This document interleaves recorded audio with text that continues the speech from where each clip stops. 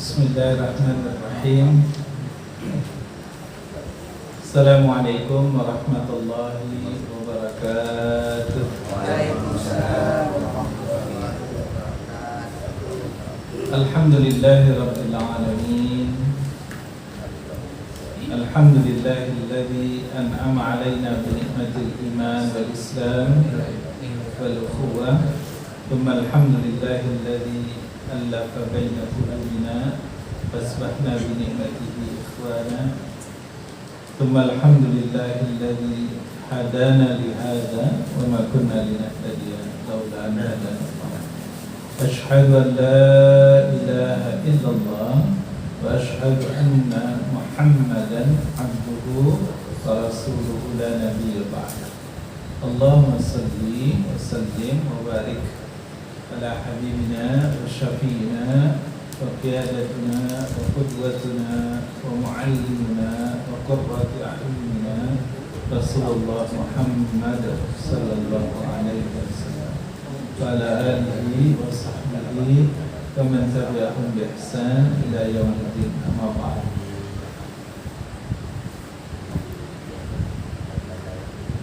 Allahumma inna nas'aluka 'ilman nafi'an. Allahumma inna nas'aluka 'ilman nafi'an wa rizqan thayyiban wa 'amalan mutaqabbalan.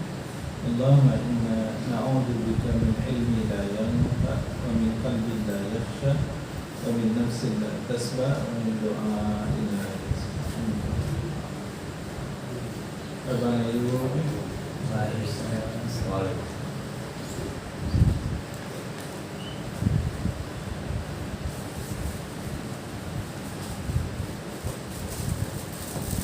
Ya hadirin kepada semua yang kami muliakan, alhamdulillah malam ini bersyukur Allah kita bisa berkumpul kembali bersama dalam jalasa ini, dalam majlis ini. Semoga Allah berkahi kebersamaan kita ini. Amin ya rabbal alamin. Semoga duduknya kita, bermuajahahnya kita, saling bertemu pada kesempatan kali ini menambah kebaikan, menambah kekuatan iman insyaallah pada kita.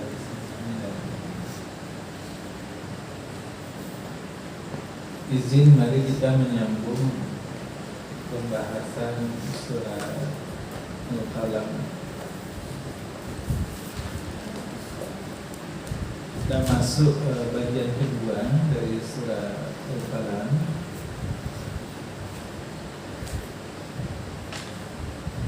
Sebelumnya kita membahas ayat 1 sampai ayat tema pertama tentang kemuliaan akhlak Nabi sallallahu alaihi wasallam, tentang kekuasaan Allah Subhanahu wa taala, yang dengan kekuasaannya itu Allah kemudian mencatat segala hal apapun yang kita lakukan, tidak ada satu pun yang luput dari catatan Allah Subhanahu wa taala.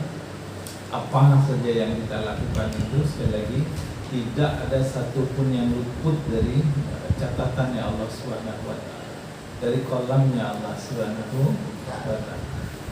Walaupun kita lakukan diam-diam, tidak ada orang yang lain tahu, tidak ada, bahkan istri kita atau suami kita juga tidak tahu, tapi sungguh Allah tidak hanya tahu, bahkan Allah mencatat secara detail, khabir, apa yang kita lakukan.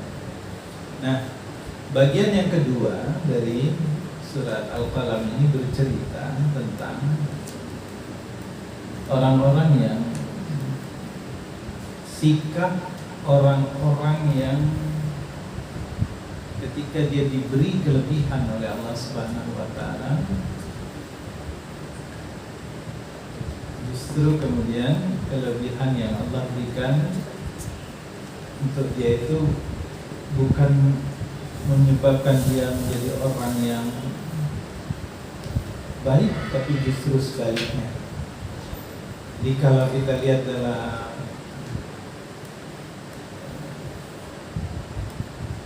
ayat yang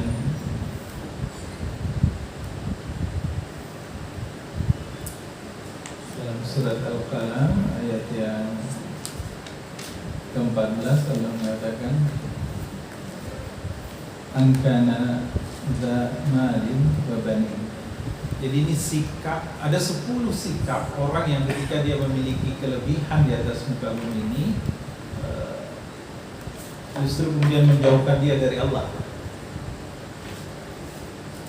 Orang yang ketika dia zamalin, ketika dia diberi harta, diberi kekayaan, wabanin, dan juga diberi keturunan. Yang dimaksud keturunan di sini adalah pengikut, atau juga kalau bahasa kita muda-muda itu pendukung, supporter. Kalau bahasa ini itu followers. Ya.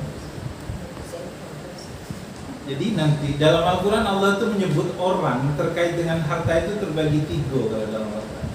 Ada yang seperti Ansar, ada yang seperti Muhajirin, ada yang seperti Ansar, dan ada yang seperti orang-orang kafir musyrikin. Ya. Nanti mari kita berkaca dari ayat ini, kita itu mudah-mudahan sekali tidak termasuk dalam golongan yang Allah sebut dalam surat Al-Falaq bagian kedua ini. Dan mari kita jadikan ayat ini sebagai alat ukur, atau bukan untuk menilai siapa-siapa nih ya, bukan untuk menilai si A, si B, si C, tetapi ini untuk menilai diri kita dewe ya. Karena ini dari awal saya sebut nih, karena apa, khawatir kakek terlalu pikiran kita macam sih ya. Tidak, jangan. Tapi ini untuk menilai diri kita masing-masing ya.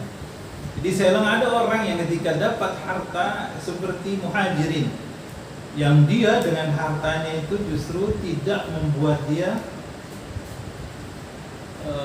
lalai dari Allah SWT. Bahkan ketika diharuskan memilih antara mengikuti Allah, antara memilih Allah dan Rasulnya atau memilih hartanya, kaum Muhajirin itu justru memilih taat pada Allah, taat pada Rasulnya. Bahkan sampai ketika harus mengorbankan hartanya, dia korbankan karena memilih Allah dan Rasulnya. Nanti ada juga orang yang terkait dengan harta, dia seperti Ansar, sahabat Nabi di Madinah, yang justru dengan hartanya itu dia pakai untuk menolong orang, membantu orang yang kesulitan, membantu orang yang membutuhkan, membantu saudara-saudaranya, membantu kerabatnya, membantu sesama muslim. Ada orang yang kedua dalam Al-Quran terkait masalah harta. Nah, yang ketiga yang kelompok ya. Jadi tidak banyak pilihannya terkait masalah seperti apa orang bersikap terhadap harta. Nanti kita langsung tahu kita masuk kelompok seperti Muhajirin, seperti Ansar, atau seperti orang-orang yang Allah sebut dalam surat Al-Qalam ini ya. Mari kita lihat ayat, kita pembahasan bagian kedua dari surat Al-Qalam ini. Kita dua pertemuan yang lalu sudah membahas ayat 1 sampai ayat 7-nya ya. Hari ini ayat 8 sampai ayat 15. Sekali lagi dia berisi tentang 10 ya ciri orang-orang yang Allah berkahi ketika dia berhubungan, bagaimana harta mempengaruhi sikap dan kepribadian seseorang. Bismillahirrahmanirrahim. Fala tuti'il mukadzibin. Ini sifat pertama nanti orang terkait orang yang Allah berkahi ini orang. Dan maaf, ayat ini awalnya ayat ini terkait dengan Al-Walid bin Mughirah ya, orang paling kaya di Mekah, orang yang merasa dialah sesungguhnya yang paling layak untuk menerima wahyu itu ya. Jadi Walid bin Mughirah, beliau ini bapaknya Khalid bin Walid. Dia punya 10 anak lelaki, semua anak lelakinya itu dia biaya hidupnya kaya raya, dan dia punya kebun kurma mulai dari Mekah sampai ke Taif. Jadi dialah yang dianggap raja, penguasa dua negeri, dua kota, karena terbentang kekayaannya itu dari Mekah sampai ke Taif. Dan Khalid melihat sendiri bagaimana ketika bapaknya itu meninggal, Walid bin Mughirah ini, kayunya itu ya, kekayaannya, orang-orang yang anaknya itu menagih orang yang datang untuk membayar utang kepada bapaknya itu berbondong-bondong, gak sudah-sudah. Artinya banyak sekali kekayaannya Walid bin Mughirah. Nah, dia juga nanti dalam tafsir dikatakan terkait juga dengan Akhnas bin Syuraik yang juga sama, kurang lebih seperti itu, sama juga terkait dengan Utbah bin Mu'in, ya, dan juga terkait dengan Abu Lahab. Ya. Jadi ayat ini awalnya cerita tentang orang yang tidak bisa menerima hidayah gara-gara hartanya. Ya. Orang Islam petunjuk Allah yang sedemikian rupa jelasnya langsung datang kepada mereka, Nabi datang kepada dia, tapi dia tidak menerima, tidak bisa masuk hidayah itu karena dia dewek, ya. Kalau kita, dan sifat ini tuh, kalau misal ini gelas ya, gimana gelas? Supaya gelas ya.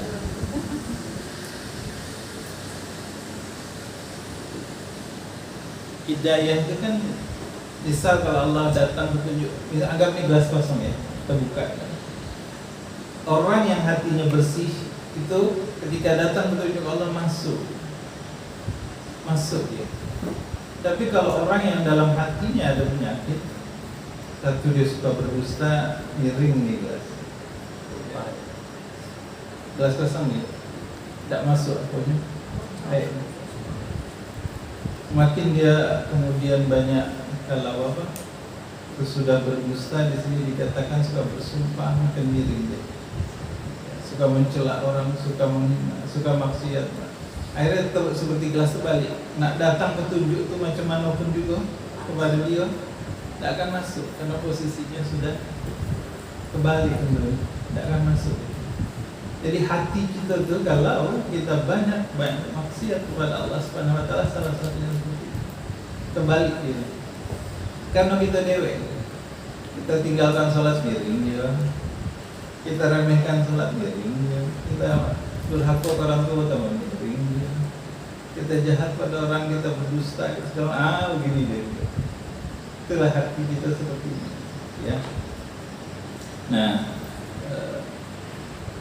Jadi ayat ini cerita tentang orang yang tidak dapat hidayah dari Allah Subhanahu wa Ta'ala. Baik, di sini ada 10. Mari kita lihat ya. Yang pertama ini di sini dikatakan di ayat 1 kadzdzaba, berdusta. Yang kedua halaf, banyak bersumpah. Yang ketiga ma'in. Saya sebut dulu yang 10-nya ya.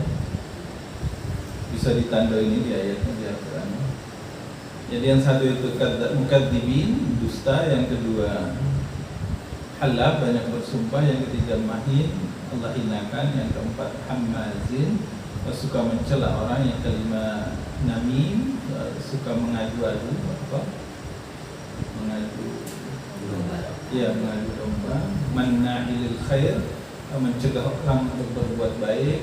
Mu'tadin, Mu'tadin itu di sini dikatakan dia sudah keterlaluan, melampaui batas. Asim, banyak sekali berbuat dosa. Utulin, hilang rasa belas kasihnya.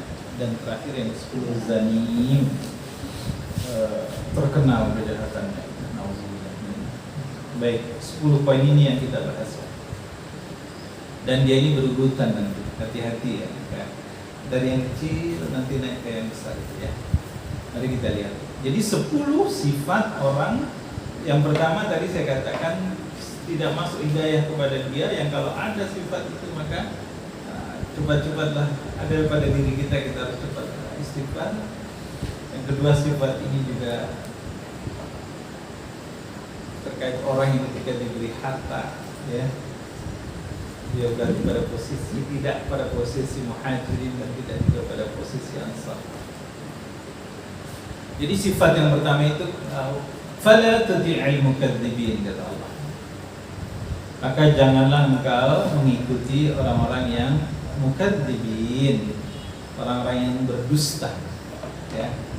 Jadi sifat pertama orang yang Allah murkai, tidak masuk hidayah pada dia, orang yang ketika mendapatkan harta, dia punya harta, merasa punya pengaruh dan sebagainya.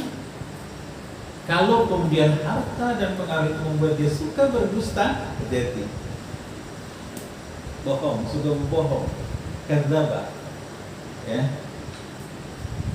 Kadzdzaba itu tahu tapi tidak dikerjakan. Tahu itu benar tapi tidak dikerjakan. Tahu itu salah tapi tidak ditinggalkan. Tetap yang benar dia tinggalkan, yang salah dia lakukan. Dusta itu, kadzdzaba itu bohong. Kalau bicara suka berbohong, tidak menepati pembicaraannya, tidak menepati apa yang dia sampaikan. Sekali lagi, kita tidak pada posisi membicarakan orang lain, ya. Diri kita sendiri kita nilai.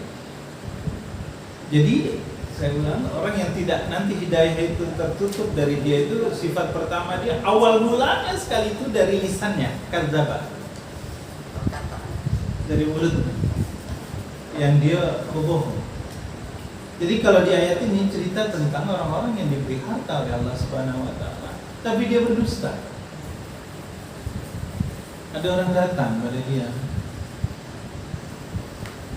pakaian lusuh, ngetok pintu dia, assalamualaikum, tak sedekah apa. Kalau orang yang tahu bahwa rezeki itu, dan ini patokan ya, Abang ya, semoga semoga. Kalau orang yang yakin rezeki itu dari Allah, maka dia tidak akan pakai. Tapi kalau orang yang yakin pada dirinya bahwa rezeki itu karena usahanya dewe, dia berhitungnya nak dan mengeluarkan harta. Awak termasuk, kita termasuk yang mana? Ketika ada orang yang butuh datang pada kita, sudah tidak kasih duit, ada orang yang perlu minta tolong ayat, lagi tak ada, ayat lagi, padahal ada. Cuma karena tidak mau berbagi, dia bilang aku juga lagi tidak ada, minta maaf lah, ya. Hati-hati dengan lisan, hati-hati dengan mulut, kadzdzaba, berdusta, bohong.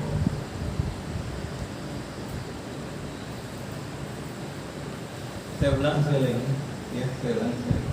Kalau orang yakin harta itu dari Allah, maka dia tidak akan berat dia mengeluarkan harta. Atau ketika sudah dia dikeluarkan juga dia ingatnya terus disebut-sebutnya terus. Tidak, karena dia tahu itu harta dari Allah. Kalau Allah kasih, dan ketika dia keluarkan maka Allah akan kasih lagi. Allah lah, bukan usaha dia. Tapi kalau orang yang yakin harta itu atas usahanya dia, aku dapat ini nih, banting tulang, peras keringat banting tulang, kerja dari pagi sampai sore, tahu enak, baik. Nah, kalau keluar omongan seperti itu omongan seperti omongannya Qarun. Karena Qarun mengatakan semua ini karena ilmu yang ada pada pada diri. Ya, sehingga kalau orang datang itu tidak, karena dia yakin harta ini dari milik dia atas usaha dia. Sementara kalau kita lihat muhajirin, ya, sahabat-sahabat Nabi yang hijrah itu, dia lebih memilih hijrah menaati perintah Allah dan Rasulnya ketimbang harus, ya,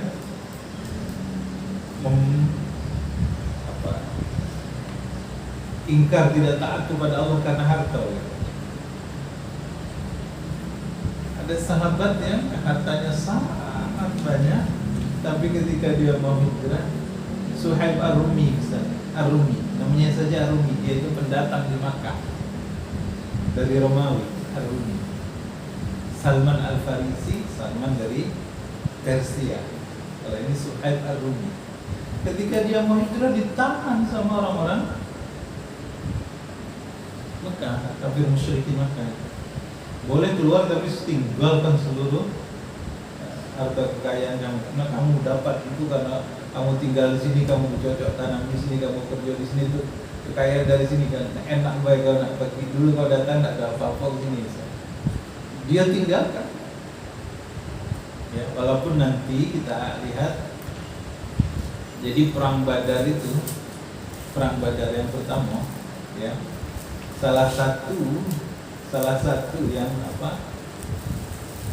mendorong terjadinya perang Badar itu adalah karena kaum muslimin ingin mengambil lagi harta yang dulu mereka tinggalkan.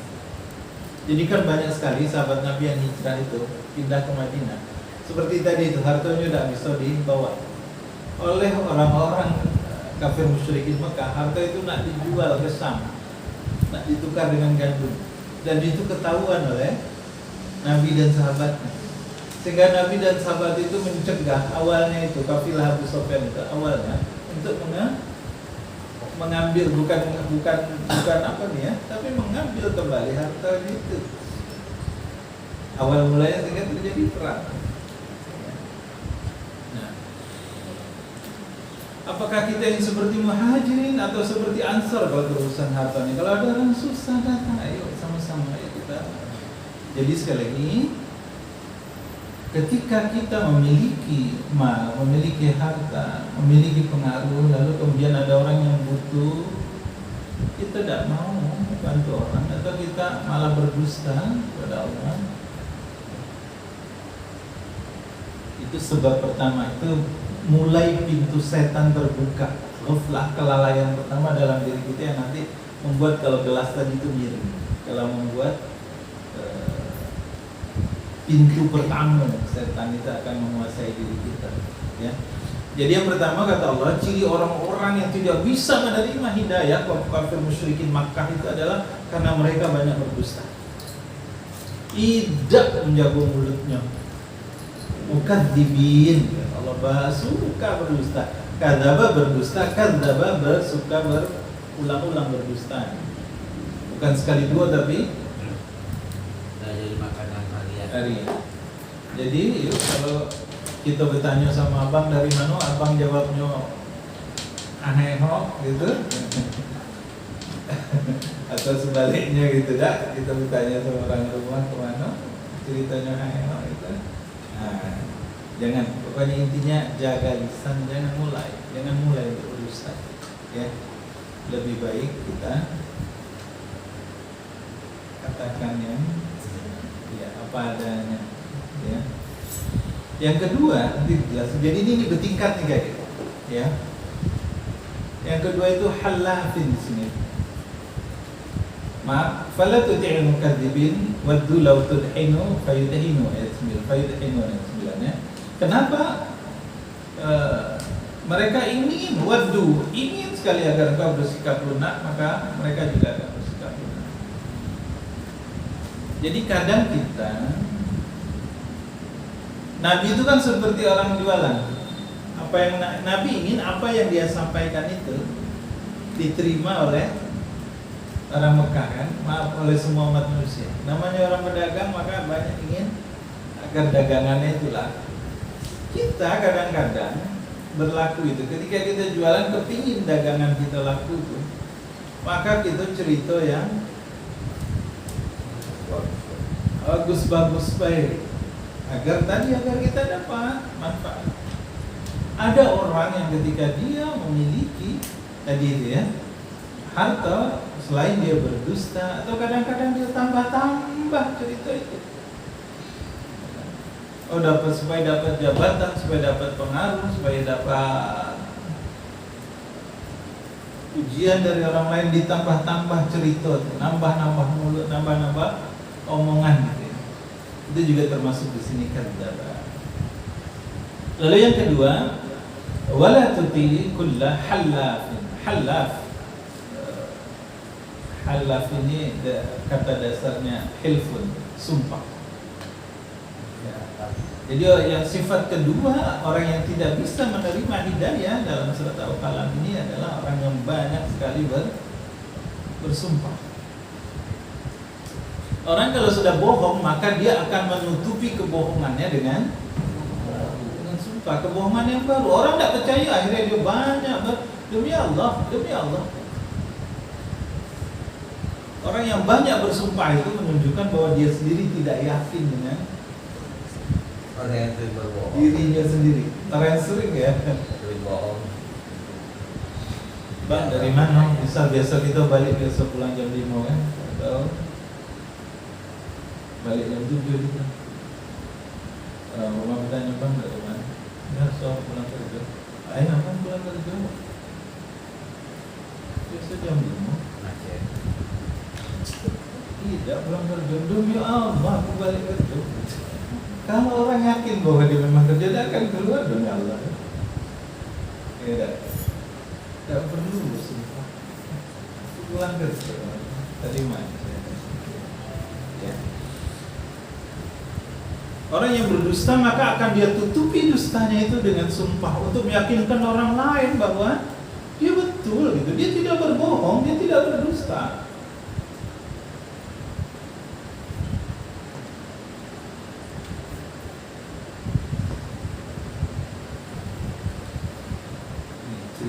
Saya takut cerita karena ceritanya lagi banyak booming. contohnya nih.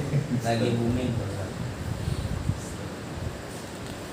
Jadi satu, kalau orang banyak berbohong, banyak berdusta, banyak bohong, ngomong ngotot tapi tidak dipenuhi, berarti kadzdzaba dia nanti kemudian akan naik gitu. Kalau orang selalu berdusta, maka ketika dia ingin meyakinkan orang lain, dipercaya orang lain, maka dia akan bersumpah. Bersumpah atas nama Allah telah, ya, halal, ya. Jadi hati-hati, jangan suka. Intinya kalau awak sudah mulai berdusta, maka kita naik ke pintu berikutnya itu, akan halal gitu, ya, suka bersumpah. Nah yang ketiga di surat Al-Qalam ini dikatakan ciri orang yang tidak bisa menerima hidayah itu adalah mahin. Mahin ini suka menghina. Dalam tafsir dikatakan mahin ini adalah hina dia. Maksud hina itu di sisi Allah Subhanahu wa taala dia dihinakan. Ya. Dia suka ngato-ngato orang lain, tapi sungguh justru dia sedang menghinakan dirinya sendiri di mata Allah Subhanahu wa taala. Jadi kalau orang sudah suka berdosa lalu bersumpah, orang lain tidak juga percaya dengan sumpah dia itu, maka berikutnya akan lahir sifat berikutnya, akhlak berikutnya itu, perbuatan berikutnya adalah suka ngatoi orang, suka menghina. Dia tahu tidak percaya ini ya sama aku. Ya. Berikutnya saya percepat, hammadin. Sifat keempat kalau sudah satu berdusta, dua bersumpah, tiga suka menghina, yang keempat hammadin. Hammadin. Ini kita sudah bahas pada surat Al-Humazah. Hammaz itu suka mencela, ya, memburukkan orang lain. Nanti apa bedanya dengan sifat yang kelima, namim itu? Ya, kalau hammazin itu suka memburuk ke bawah sifatnya, ke bawah. Kalau namim ke atas. Jadi kepada orang-orang yang ada di bawahnya dia akan humazah, mencela, hammaz. Ngato-ngatoi, merasa dirinya lebih baik, merasa dirinya lebih hebat, merasa dirinya lebih kuat, merasa diri lebih kaya, merasa diri lebih pintar, merasa diri lebih gagal, lebih cantik itu. Akhirnya apa? Dia enak baik atau mencela orang lain. Ya, hammaz, dia suka mencela. Kemudian yang sifat yang ke 1, 2, 3, yang kelima namim. Di sini makna namim itu kalau dalam terjemah adalah menyebarkan fitnah. Di sini yang dimaksud namim ini adalah mengadu. Jadi kalau kepada bawahan dia ngato, kau ni macam mana bang? Ngato-ngato lah pokoknya kan. Sudah aku juga begini tidak juga segala keluar kebun binatang segala macam. Tapi kalau kepada atasannya dia ngomong, kepada orang lain yang ngomong, waduh Pak si A itu begini, kalau di depan bapak dia akan begini, di depan bapak dia akan begitu. Tapi di balik itu kalau dia sama yang lain dia akan cerita yang lain.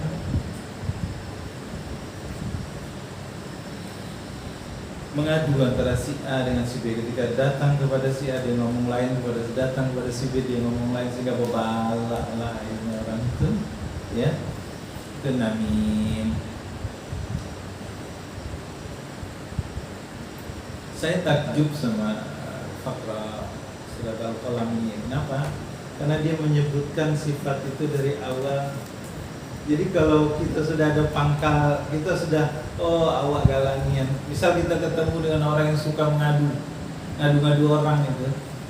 Berarti kalau orang itu suka ngadu-ngadu, dia suka sebelum dia sudah punya sifat suka mencela orang, sudah suka menghina orang, sebanyak bersumpah, dan dia suka berdusta. Berarti sudah 4 sifat itu sudah ada pada orang itu. Iya.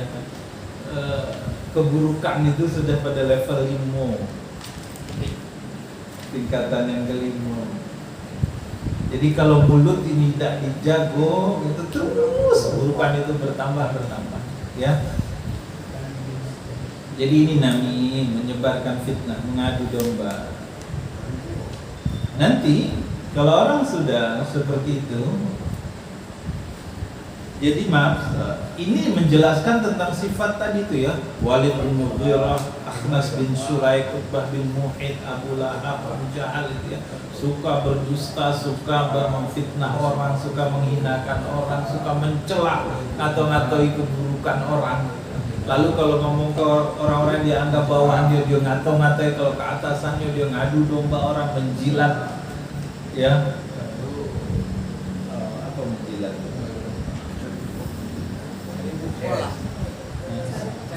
Cari mumpung, dia karena kehilangan Mumpungnya hilang, jadi cari.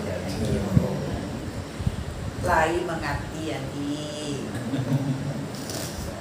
Berikutnya 1, 2, 3, 4, 5. 6. Ayat yang berikutnya adalah ayat 12. Allah katakan sifat ke-6 dari orang yang tidak bisa menerima hidayah, tidak masuk hidayah pada diri dia, manna'ilil khair. Orang ini dia suka menghalangi orang lain berbuat baik. Kalau balik cerita harta tadi itu kan, ada orang yang karena dia takut kehilangan harta, ya, karena takut kehilangan penghasilan, takut kehilangan pemasukan, atau kalau dia pejabat takut kehilangan jobnya, gitu kan, takut kehilangan kedudukannya. Akhirnya ketika ada sebuah kebaikan, sudahlah jangan dikerjain ini dulu, kaget dulu lah, bahaya. Padahal jelas ini baik, tapi dia halang-halangi, jangan dulu lah ini, tidak usah dibalik lah, tolonglah, terimalah di barang ini, dalam macam menghalangi dari kebaikan. Jadi ada perbuatan baik, akhirnya malah dia yang jadi penghalang. Ada orang mau berbuat baik, takut karena dia orang berbuat baik nanti akan membuat dia kehilangan. Kalau orang jujur, misal kalau pedagang ya, cerita dia jujur, sampaikan apa doa, jangan diceritakan tutup baik, simpan baik yang buruk-buruk itu di bawah. Atau jangan ceritakan keadaan barang yang buruk nih. Kaget tak laku, kaget orang tak mau jual, tak mau beli, maka akhirnya dia menghalangi orang lain untuk berbuat baik. ya.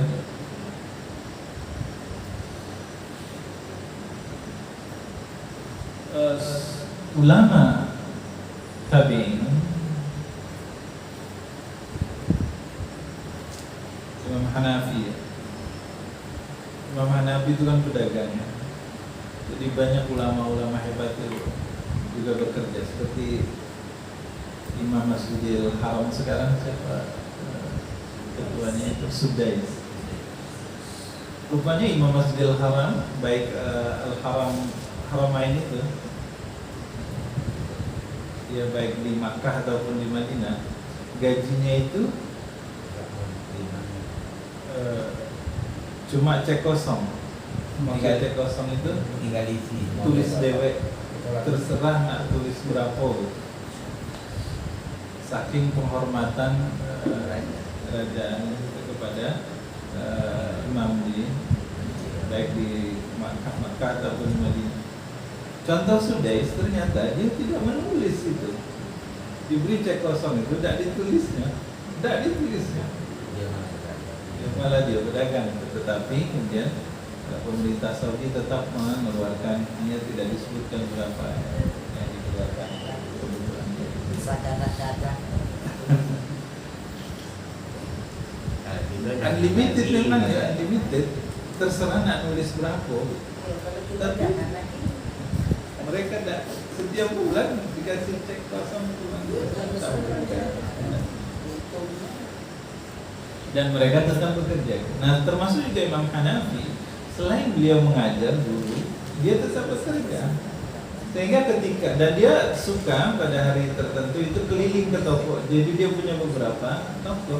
Dia keliling ke tokonya, ketemu barang buruk, dia beritahu kepada karyawannya, ini barang jangan dijual dengan harga normal ya, karena ada cacatnya. Kan ada kisah Imam Hanafi yang ketika dia sudah ceritakan itu kepada karyawannya, ternyata tetap dijual dengan harga normal. Bersimpuanlah beliau mencari si pembeli untuk mengembalikan uangnya. Nah, kita justru sebaliknya sekarang. Untuk karena agar pemasukan jangan berkurang, agar kita jangan rugi, akhirnya apa yang kita lakukan? Udah, ya enggak ya, tutup mulut bayar, jangan diceritakan ini. Oh, bahasa gitu kalau sama-sama tahu. Ya saling paham bela gitu kan.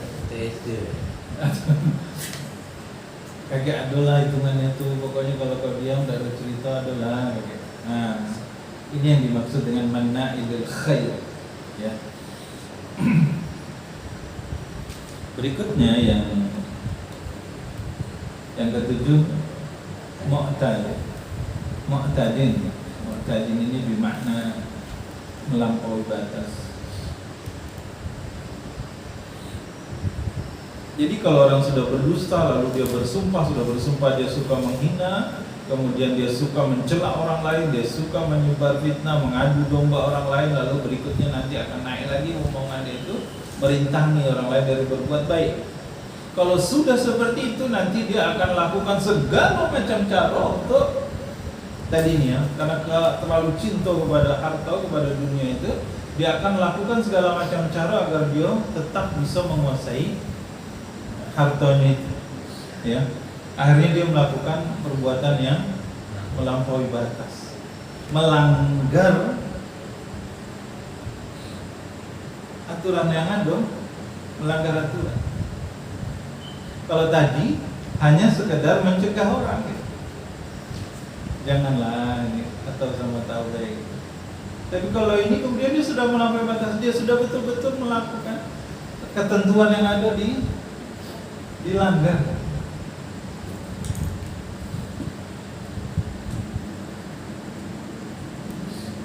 Sekarang masih ramai itu ya, masjid 100 ribu, masjid baru ini kan, ya, balik.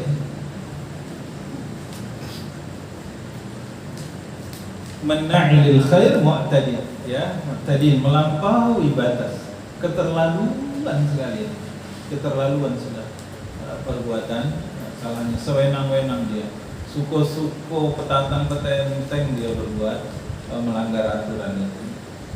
Nah, yang ke-8 adalah athim. Orang kalau sudah keterlampuan maka kemudian dia banyak sekali berbuat, banyak athim. Jamak itu ya, ya. Nomor 8. Iya, yang ke-8. Banyak berbuat dosa. Tadi kebohongan ditutupi dengan kebohongan. Sudah. Berapa hari yang lalu di Jepang salah satu wali kotanya ketahuan pakai ijazah palsu. Di Jepang ini kan. Karena kampusnya menyatakan dia tidak selesai. Gitu kan? Akhirnya dia menyatakan ke depan pabrik, ya saya tidak selesai kuliah, tapi waktu pemilihan saya mengaku selesai kuliah. Maka kali ini saya mundurkan diri. Kita masih hanya mimpi. Enggak. Nah, hari ini karena sudah satu dosa ditutupi dengan sudah satu dosa. Pokoknya bertambah beranak pinak lagi dah. Sudah bercucu bebuyut, cicit itu kebohongan itu dah. Mungkin dia punya penikmatan. Iya. Belum dapat, Pak. Nah, kalau orang sudah banyak berbuat dosa, maka berikutnya kata Allah Subhanahu wa taala orang ini akan utul. Utul ini adalah kasar, bertabiat kasar. Maksud utul tabiat kasar ini tidak punya belas kasihan. Tidak peduli lagi dia, tidak peduli. Mau orang susah, mau orang menderita, mau orang hancur lebur gitu kan, nggak peduli. Intinya pokoknya yang penting dia selamat. Kalau perlu dia penjarakan orang, dia masukkan ke dalam penjara untuk menjaga kebohongan dia dan sebagainya gitu kan ya. Betul, tabiat kasar, tidak punya belas kasihan. Nah, nanti yang paling ujung sekali kata Allah Subhanahu wa taala, dan ini yang sangat kasihan kalau orang sudah sampai seperti ini. Zani itu adalah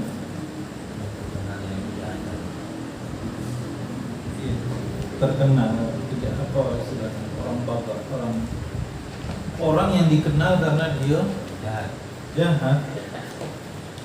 Seluruh kampung tahu bahwa orang ini tidak bisa lagi dikasih tahu, tidak berubah, diunjuk tahu, tidak mau dengar gitu kan. Sekehendak hati dia lah, ya. Sehingga semua orang sekampung-kampung, sedusun-dusun ini tahu tentang karakter perbuatan dia itu yang jahat. Nah, abang lagi keluarga semua, ini faktor kelompok ayat ini bercerita tentang sekali lagi tadi 10 karakter yang ada pada orang-orang yang tidak bisa menerima hidayah tadi. Ya. Orang-orang yang padahal dia hubungan sangat dekat dengan Nabi. Orang yang selama 40 tahun tinggal bersama Nabi. Sebelum menerima wahyu dia kasih gelar Nabi Al-Amin, orang yang sangat terpercaya. Tapi ketika Nabi menerima wahyu dia ganti julukannya itu jadi orang gila, majnun, di fakra di bagian yang pertama surat Al-Qalam. Tak masuk akal. Tapi sekali lagi, kenapa ini? Karena mereka tidak ingin hartanya, kedudukannya, ya, jabatannya, pengaruhnya hilang. Dan itulah yang kemudian menyebabkan dia tidak menerima hidayah. Nah, kita harus berhati-hati nih. Cermati diri kita. Cermati diri kita. Ada tak 10 sifat ini dalam diri kita? Kalau ada, hati-hati, karena dia menjadi sebab hidayah itu tidak mau masuk dalam diri kita. Ya, pangkal mulu sekali.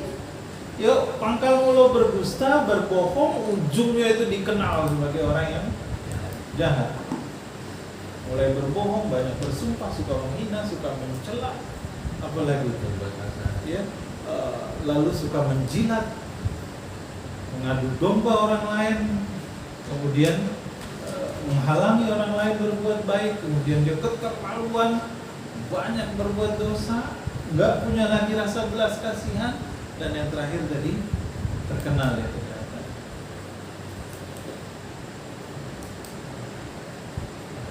Nah hari ini tuh kita sulit ya mencari. Apa yang kita bicarakan ini banyak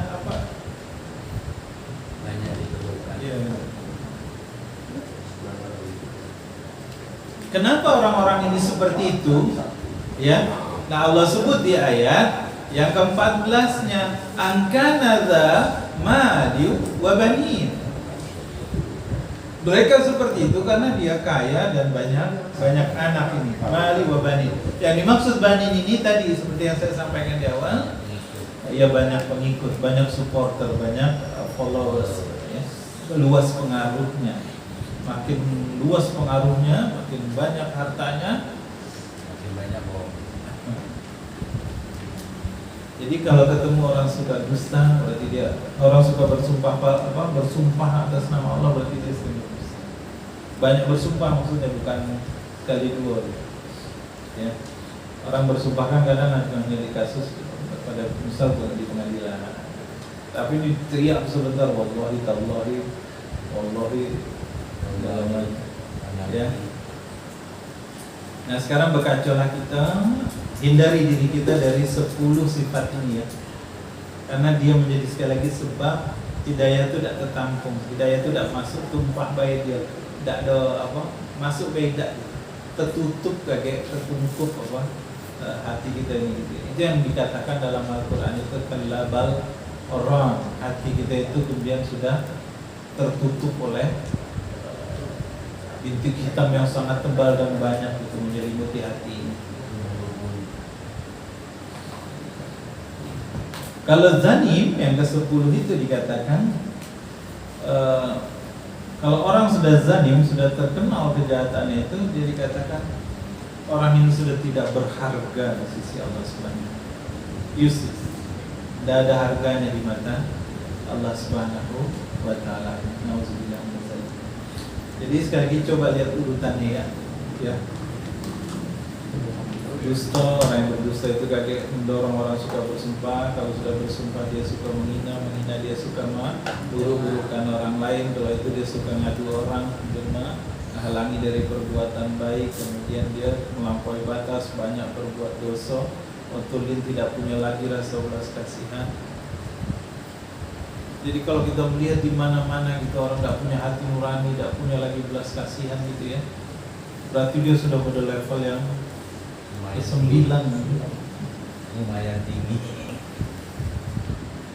Kriminalisasi ulama segala macam itu ya. Nauzubillah.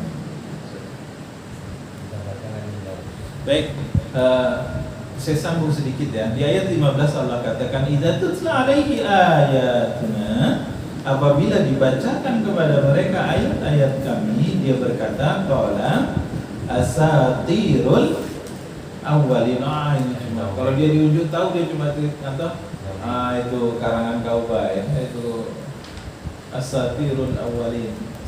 Asatir, satir bahasa Indonesia. Satirul dongeng. Iya. Bahasa Arab itu kalau sebuah kisah dan itu benar, kisah bahasa Arab pakainya. Tapi kalau itu cerita yang tidak benar, bahasa Arab pakainya asatir, asatir. Dan ternyata kata asatir ini diadopsi jadi story. Ternyata bahasa Arab bahasa Inggris story itu menyerap kata kisah ini, asatir. Ya. Baik, itu bagian kedua Bang Ayub sekalian dari surat Al-Qalam. Jadi orang kalau terlalu cinta sama harta,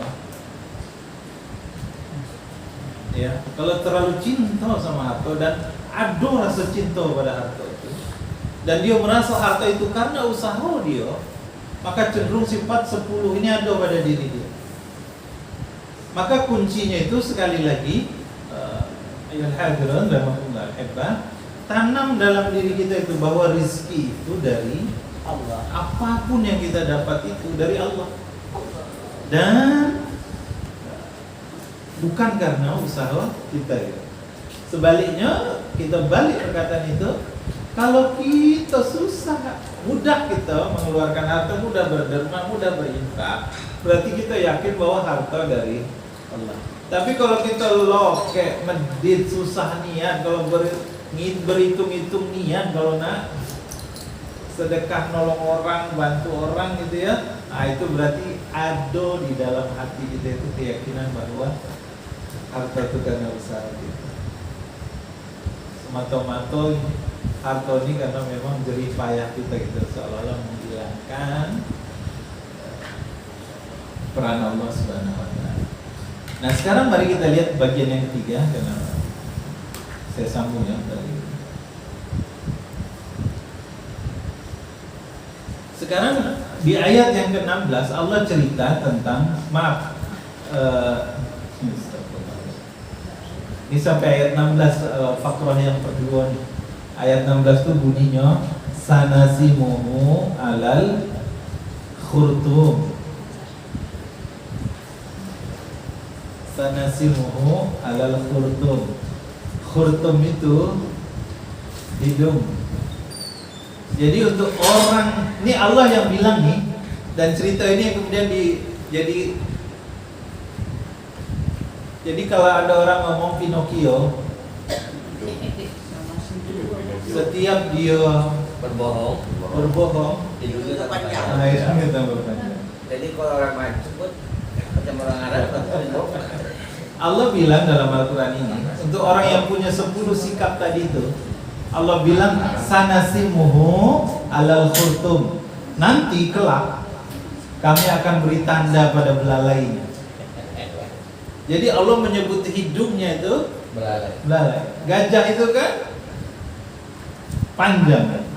Jadi riwayat, kalau mau kita telusuri ternyata riwayat, kalau orang tua kita ngomong, kalau orang banyak berdusta itu banyak apa? Hidungnya panjang. Hidungnya. Dari ayat ini. Sana sih muka kage hidung kau panjang daerah kage. Bahagia lain hidup pesek alhamdulillah.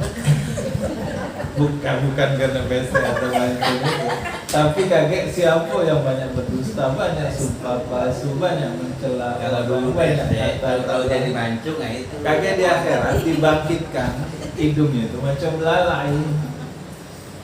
Sanasimuhu alal khurtum, ya. Orang-orang yang seperti itu tuh kaget ya. Kalau seperti tadi yang saya bilang, Walid bin Mughirah, Akhnas bin Syuraik, Abu Lahab, Abu ya. Urwah bin Muhaid, itu tadi yang banyak sekali berdusta, bersumpah palsu, hidayah tidak masuk. Tadi kelak dia akan dibangkitkan oleh Allah Subhanahu wa taala. Allah pakai bahasa di sini menunjuk hidungnya itu khurtum, lalai. Ya. Jadi banyak hal ternyata dalam hidup kita ini ternyata sumbernya itu awal pangkal ceritanya itu dari Quran, tapi kita banyak Tahu. Belakangan banyak muncul. makanya dalam cerita-cerita, kalau dalam cerita apa, ada orang yang hidungnya besar, ada orang yang hidungnya panjang, itu cerita Petruk Semar garang gitu ya, negara macam ya. Hidung itu melambangkan ketidakjujuran. Nah sekarang bagaimana orang yang, yuk kita tengok sebentar ya, bagaimana orang yang, sedikit cerita tentang Ashabul Jannah, pemilik kebun. Ayat ini, ayat 17 sampai ayat yang ke-33, bagian ketiga dari surat Al-Qalam ini.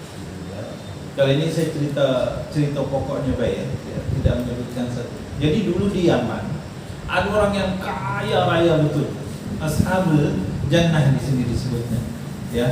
Inna balawnahum kama balawna ashabal jannah iz aqsamu la yasrimunnaha musbihin. Sungguh kami telah menguji mereka, orang-orang sebagaimana kami telah menguji para pemilik kebun ketika mereka bersumpah pasti akan memetik hasilnya pada pagi hari. Jadi ini cerita tentang 3 orang anak. Nah, jadi ada orang kaya meninggal punya anak 3 orang, dan anaknya ini ternyata merubah kebiasaan orang tuanya. Jadi ini cerita orang Yaman ini ya, tinggalnya di Yaman.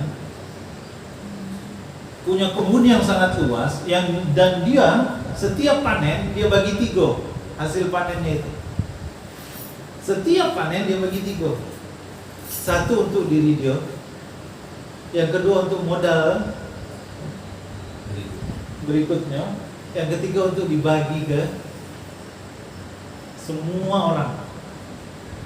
Jadi bapaknya, ya, jadi sekali lagi ini ayat cerita tentang ini ya. Bapaknya ini, pemilik kebun ini, kalau dia setiap dia panen, misal panennya 300 hektar, misalnya ya, panennya korma itu 300 hektar, maka 100 hektar itu untuk diri dia, untuk keluarganya, 100 hektar untuk modal berikutnya, upah kerja dan sebagainya, gitu kan, beli pupuk dan sebagainya, anggaplah gitu. Sisanya 100 hektar lagi itu orang yang butuh. Bagaimana caranya? Jadi 100 hektar itu dia panen, sudah selesai. 100 hektar kedua dia urus, dia panen, sudah selesai. Yang ketiga 100 hektar ini dia panggil semua orang. Siapa yang mau ambil dewek, silakan. 100 hektar. Dan apa yang terjadi? Setiap tahun bertambah terus bertambah, tidak pernah rugi. Kekayaannya semakin banyak dan orang-orang di sekitar pemilik kebun ini juga senang. Sampai suatu saat meninggal si pemilik kebun ini. Dia punya 3 orang anak laki-laki. Nah, ketiga anak ini ternyata tidak sama seperti bapaknya. Makanya ayat ini tentang cobaan kepada orang yang diberi hartanya. Tidak sama seperti bapaknya. Anaknya ini berpikir, wah, kita enak nih kan orang kerja-kerja kita, apa dia ya, berpanen hasil kerja bapak kita gitu. Kerja bapak kita segala macam, ini kan usaha keluarga kita, nggak apa yang menikmati. Maka dia rubah cara itu. Macam mana cara dia berubah? Orang biasa panen itu adalah di waktu, kalau orang sana mulai panen itu waktu duha. Jadi pokoknya semua orang sudah tahu bahwa bagian yang ketiga dari kebun itu akan dipanen besok di waktu duha. Jadi selesai yang 100, selesai yang 100. Pas bagian ketiga nih, apa kata anak ketiga tuh di sini di ayat ini? Mereka bersumpah akan memetik hasilnya pada pagi hari. Jadi maksudnya subuh. Sebelum orang datang, kita petik duluan itu. Ya. Tapi mereka tidak menyisihkan, tidak lupa dia mengucapkan insyaallah. Lalu kebun itu ditimpa bencana. Di saat mereka sedang tidur, maka jadilah kebun itu hitam seperti malam yang gelap gulita.